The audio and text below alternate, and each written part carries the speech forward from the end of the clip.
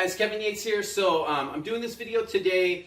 I'm going to show you a simple but a very effective way to perform a bench press without aggravating a shoulder injury if you have one, or without the nagging aches and pains that are very common with exercises like the bench press, flat benching, incline benching, dumbbell benching. And what happens is that this exercise gets this bad rap for being bad for the shoulders. People everywhere are being told, stay away from bench pressing, and it's, not good for your shoulders and all this stuff. And really, it has nothing to do with the exercise. It has everything to do with the execution of the exercise, how we perform it. And almost every single time I see people doing bench pressing, they're not doing three things properly. They're not setting up the movement properly.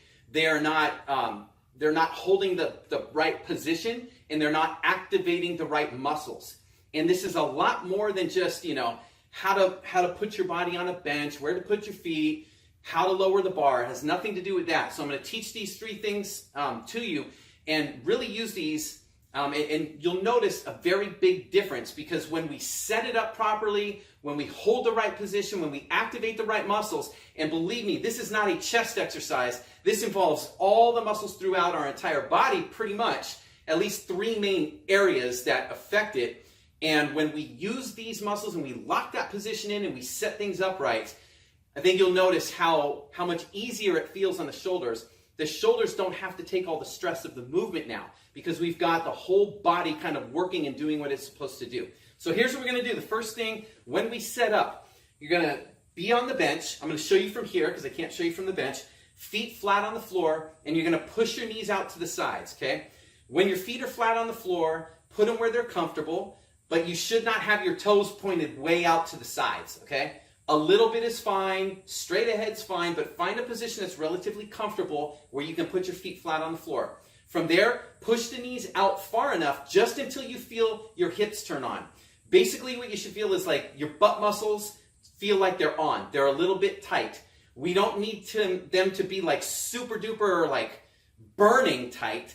Just feel like they're switched on. They should feel like they're a little bit tight, okay? That's going to create the stable base that we need to be able to push. If we don't have a stable base, then we don't really have good strength on the press anyway. And all it does is it puts more pressure on areas like our lower back, areas like our shoulders, and that's why a lot of times it leads to more stress on those areas. From there, when we unrack the bar, you're going to put your hands in a comfortable position.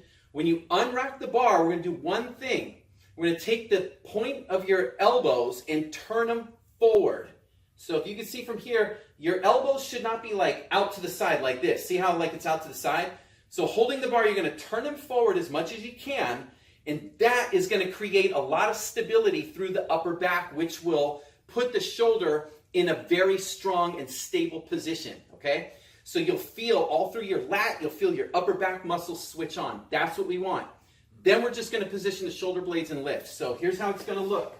We're going to go on the bench. So first thing, feet flat on the floor, push the knees out until the butt tightens up a little bit. Once we got that, our base is set. Now we grab the bar, put the hands in a comfortable spot for you, and then we're going to lift it off, turn the elbows forward. And now, while we're here, one last thing, we're going to just kind of gently pull the shoulder blades into the bench without bending the arms. That locks in the upper back. Now we lift. So we're just going to keep that position, boom, and perform the lift. Good, clean reps when you're holding your body tight. You should feel everything, hips, upper back, and even your abs working. Hold it tight until you rack the bar, and then it comes off, okay? So those are the three things. Now, one last thing is that you don't need a lot of weight when you're first learning to press this way. So you're going to have to really drop the weights down from what you normally would do, and you'll be surprised at first how difficult it is to hold your whole body like that. You're connecting your upper mid-back, you're connecting your abdominals, you're connecting your hips. It's going to create so much strength in your body, but at first when you're learning that, you might feel like your body's almost shaking a bit. You're using a lot of energy just to hold everything in place, okay? That's normal. So you definitely want to lighten up the load until you learn it, and until your body gets used to it, and you'll know you can progress your weights up as you're able to hold that pattern. Okay, so that's it. That is your way to set up and perform a bench press without aggravating shoulder injuries, without causing pain, and I think you'll feel a big difference in how healthy and strong and mobile your shoulders will feel using a bench press this way. So let me know how it goes. Type me a comment, and in the meantime, take care of yourself, and I'll be talking to you soon.